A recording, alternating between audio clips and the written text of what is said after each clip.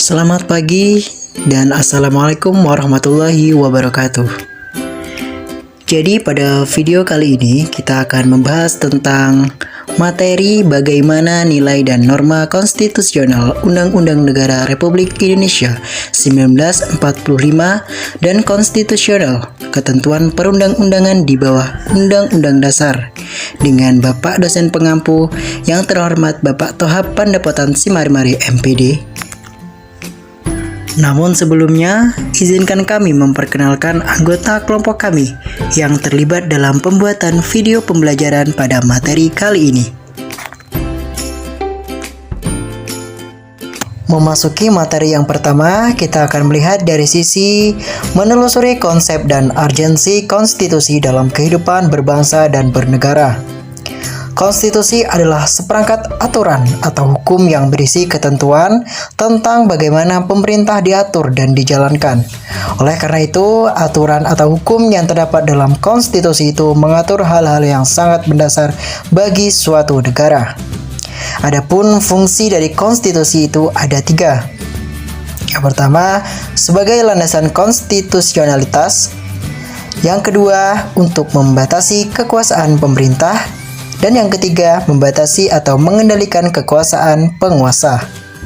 B. Perlunya konstitusi dalam kehidupan berbangsa negara Indonesia. Apakah konstitusi itu selalu tertulis? Konstitusi dapat berupa hukum dasar tertulis yang lazim disebut Undang-Undang Dasar dan dapat pula tidak tertulis. Tidak semua negara memiliki konstitusi tertulis atau Undang-Undang Dasar. Kerajaan Inggris misalnya sebagai negara konstitusional tetapi tidak memiliki suatu naskah undang-undang dasar. C. Menggali sumber historis, sosiologis, dan politik tentang konstitusi dalam kehidupan berbangsa negara Indonesia. Seorang ahli konstitusi berkebangsaan Jepang, Naoki Kobayashi, mengemukakan bahwa Undang-Undang Dasar membatasi dan mengendalikan kekuasaan politik untuk menjamin hak-hak rakyat. Melalui fungsi ini, Undang-Undang Dasar dapat memberi sumbangan kepada perkembangan dan pembinaan tatanan politik yang demokratis. Rianto 2009. Coba Anda cermati aturan dasar yang terdapat dalam UUD NRI 1945 yang melakukan pembatasan kekuasaan pemerintah atau penugasan negara. Pasal-pasal mana sajakah itu? Contoh dalam bab 3 tentang kekuasaan pemerintah negara memuat aturan-aturan dasar sebagai berikut. 1. Pedoman bagi presiden dalam memegang kekuasaan pemerintahan pasal 4 ayat 1. 2. Syarat-syarat yang harus dipenuhi oleh calon presiden dan calon wakil presiden pasal 6 ayat 1. 3. Pembatasan masa jabatan presiden dan wakil presiden pasal 7. 4. Pemberhentian presiden dan wakil presiden dalam masa jabatannya pasal 7A dan 7B. 5. Presiden tidak dapat membekukan dan membubarkan DPR pasal 7C. 6. Penyataan perang, pembuatan perdamaian dan perjanjian dengan negara lain pasal 11 ayat 1, ayat 2 dan ayat 3. 7. Menyatakan keadaan bahaya pasal 12. 8. Mengangkat dan menerima duta negara lain pasal 13 ayat 1, ayat 2 dan ayat 3. 9. Pemberian gerasi dan rehabilitasi pasal 14 ayat 1. 10. Pemberian amnesti dan abolisi pasal 14 ayat 1. 11. Pemberian gelar, tanda jasa dan lain-lain, tanda kehormatan pasal 15. 12. Pembentukan Dewan Pertimbangan pasal 16. Membangun argumen tentang dinamika dan tantangan konstitusi dalam kehidupan berbangsa negara Indonesia. Pada awal era reformasi, pertengahan 1998, muncul berbagai tuntutan reformasi di masyarakat. Tuntutan tersebut disampaikan oleh berbagai komponen bangsa, terutama oleh mahasiswa dan pemuda. Beberapa tuntutan reformasi itu adalah: A. Pengamandemen Undang-Undang NRI 1945. B. Menghapuskan doktrin dui fungsi Angkatan Bersenjata Republik Indonesia. C. Menegakkan supremasi hukum, penghormatan hak asasi manusia, HAM, serta memberantaskan korupsi, kolusi, dan nepotisme (KKN). D. Melakukan desentralisasi dan hubungan yang adil antara pusat dan daerah. E. Mewujudkan kebebasan pers. F. Mewujudkan kehidupan demokrasi. E. Esensi dan urgensi konstitusi dalam kehidupan berbangsa negara Indonesia. Sebagai hukum dasar dan hukum tertinggi negara, maka peraturan perundangan di bawah Undang-Undang Dasar Negara Republik Indonesia 1945 isinya bersumber dan tidak boleh bertentangan dengannya. Misal, isi norma suatu pasal dalam perundang-undang tidak boleh bertentangan dengan Undang-Undang Dasar Negara Republik Indonesia. Dengan demikian, Undang-Undang Dasar Negara Republik Indonesia 1945 sebagai konstitusi negara menjadi batu uji apakah isi peraturan di bawahnya bertentangan atau tidak. Undang-undang pada dasarnya adalah pelaksanaan dari norma-norma yang bertentangan dalam Undang-Undang Dasar. Misal, pasal 31 ayat 3 Undang-Undang Dasar Negara Republik Indonesia 1945 menyatakan, pemerintah mengusahakan dan menyelenggarakan satu sistem pendidikan nasional yang meningkatkan keimanan dan ketakwaan serta akhlak mulia dalam rangka mencerdaskan kehidupan bangsa yang diatur dengan undang-undang. Contoh kasus jabatan rangkap contoh pelanggaran konstitusi selanjutnya adalah adanya pejabat negara yang memegang jabatan rangkap. Misalnya saja yang terjadi pada masa pemerintahan Presiden Soekarno, di mana para menteri juga memegang jabatan di posisi strategis lain.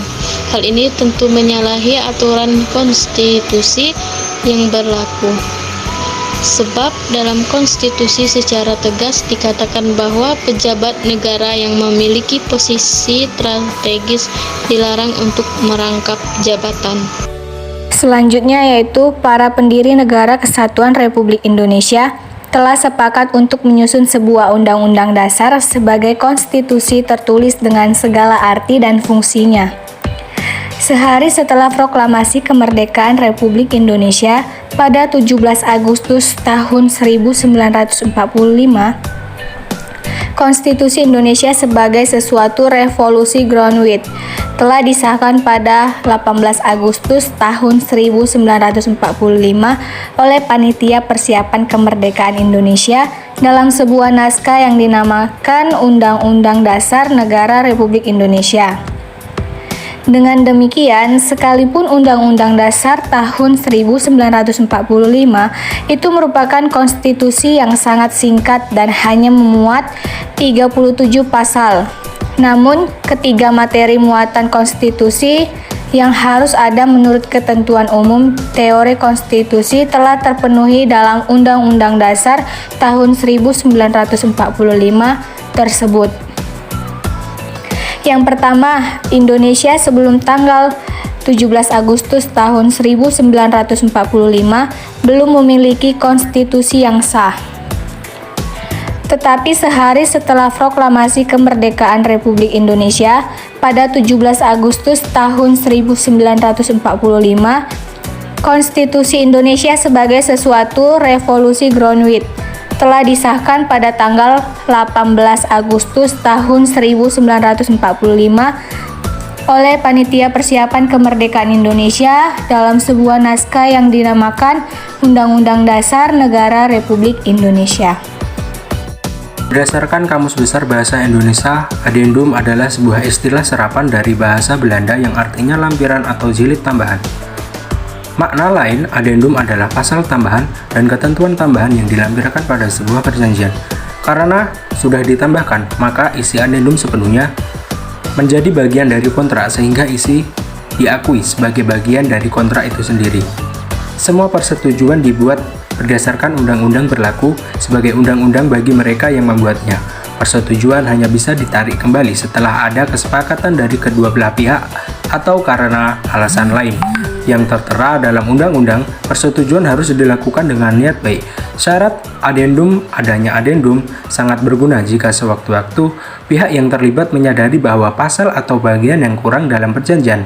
Adendum juga memberikan kesempatan untuk mengubah isi kontrak karena kondisi yang berubah atau dari pihak-pihak di dalamnya ingin mengganti atau mengubah sebagian dari isi perjanjian.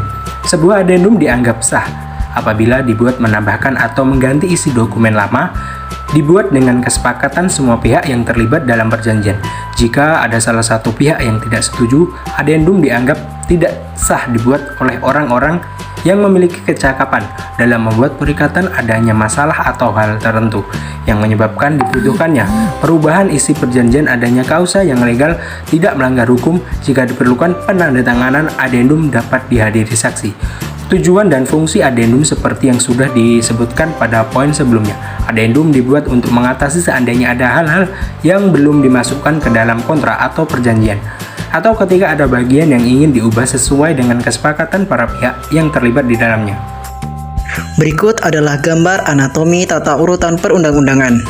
Bisa kita lihat bahwa bagian atas atau bagian kepala adalah sistem tertinggi, yaitu Undang-Undang Dasar 1945, yang kemudian di bawah dari Undang-Undang Dasar 1945 tersebut adalah undang-undang atau peraturan pemerintah pengganti undang-undang yang sejajar dengan TAP MPR. Kemudian di bawahnya lagi ada undang-undang atau peraturan perundang-undangan. Yang ketiga ada peraturan pemerintah sejajar dengan peraturan pemerintah, Kepres dan sejajar dengan Perpres, Perda, dan kemudian di bagian akhir ada Perda yang sejajar dengan Perda kabupaten atau kota. Demikian video pembelajaran kali ini, semoga kita semua bisa mendapatkan ilmu yang bermanfaat. Kami semua yang terlibat dalam pembuatan video kali ini mengucapkan terima kasih atas segala perhatian dan mohon maaf atas segala kekurangan. Akhir kata, Assalamualaikum warahmatullahi wabarakatuh.